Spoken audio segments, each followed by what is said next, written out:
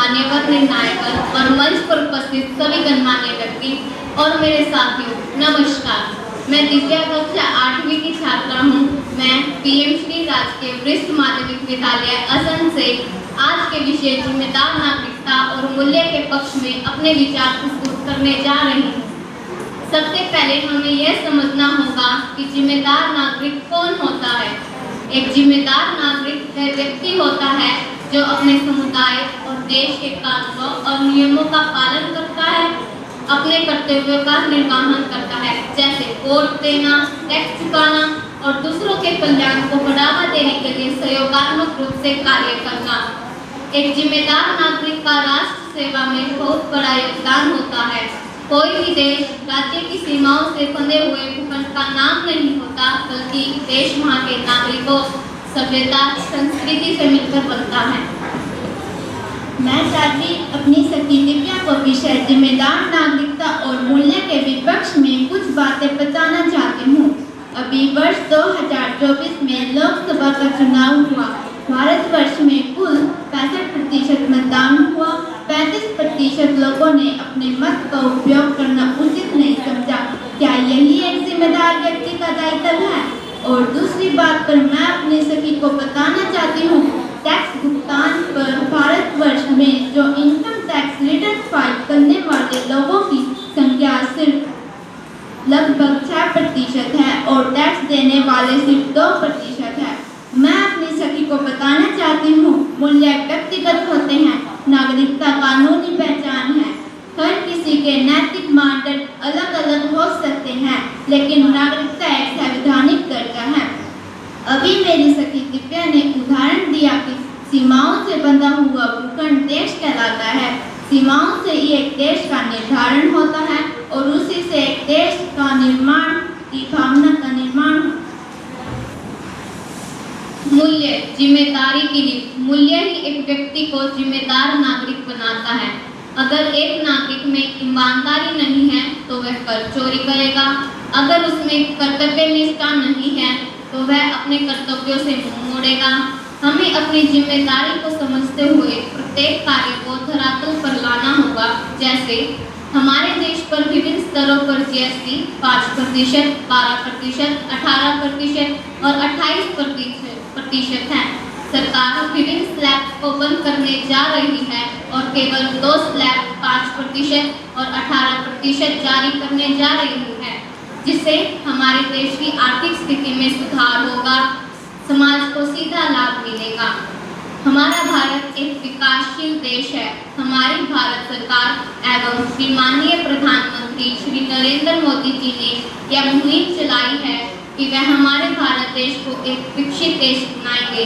भारत को विकसित बनाने के लिए हमें स्वदेशी को अपनाना होगा। जब हम अपने देश में बनी हुई प्रत्येक वस्तु को बढ़ावा देंगे तो वह दिन दूर नहीं जो भारत को 2047 तक एक विकसित देश बनने से रोक सके। कानून व्यवस्था एक सामाजिक नियंत्रण प्रणाली है जो नागरिकों को सुरक्षा, स्थिरता और शांति प्रदान करती है। पुलिस मित्र योजना के तहत कोई भी नागरिक पुलिस वेब पोर्टल पर जाकर अपनी स्वेच्छा से कानून को अपराध नियंत्रण में अपना योगदान दे सकता है। कानून व्यवस्था प्राथमिक है, नैतिकता नहीं, बल्कि कानून और नियम एक नागरिक को जिम्मेदार बनाते हैं। मैं उदाहरण देकर बताना चाहती हूँ कि दोहरी मानसिकता के कारण व्यक्ति मंच पर भाषण कुछ और देता है, लेकिन व्यवहारिकता में अमल कुछ और होता है। जैसे प्लास्टिक पॉलिथीन का उपयोग। यदि प्लास्टिक पर सरकार का निषेधात्मक कानून न बना होता तो सरकार आज भारतवर्ष में हर जगह प्लास्टिक पॉलिथीन कचरे का ढेर लगा होता। हमारे कर्तव्य ही दूसरों के अधिकार हैं। हमारे मौलिक अधिकार एवं कर्तव्य एक दूसरे के पूरक हैं। जब हम अपने कर्तव्यों का ईमानदारी से निर्वाह करते हैं तो दूसरों के अधिकारों का हनन नहीं होता और समाज में एक सहयोगात्मक वातावरण तैयार होता है। मैं अपनी सखी दिव्या को बताना चाहती हूँ कि नैतिकता हमेशा व्यवहारिक नहीं होती। कभी कभी नैतिक मूल्य व्यवहार में बाधा बन जाते हैं। जैसे झूठ बोलना गलत है, लेकिन किसी की जान बचाने के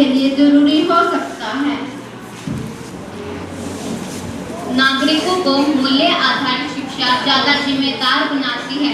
शिक्षा इसलिए जरूरी है क्योंकि यह समझ, ज्ञान और आलोचनात्मक सोच का विकास करती है। छात्रों का सर्वोगीण विकास। मूल्य शिक्षा छात्रों में महत्वपूर्ण जीवन कौशल जैसे सहानुभूति, आलोचनात्मक सोच और सामाजिक कौशल का विकास करती है। स्कूलों और शिक्षकों की यह जिम्मेदारी है कि वह बच्चों को नैतिक मूल्य का ज्ञान दे ताकि वे भविष्य में एक जागरूक नागरिक बन सके। शिक्षा और अधिकार ज़्यादा जरूरी है। नागरिक तब जिम्मेदार बनते हैं जब उन्हें सही शिक्षा, जानकारी और अवसर मिलते हैं, सिर्फ नैतिकता से नहीं।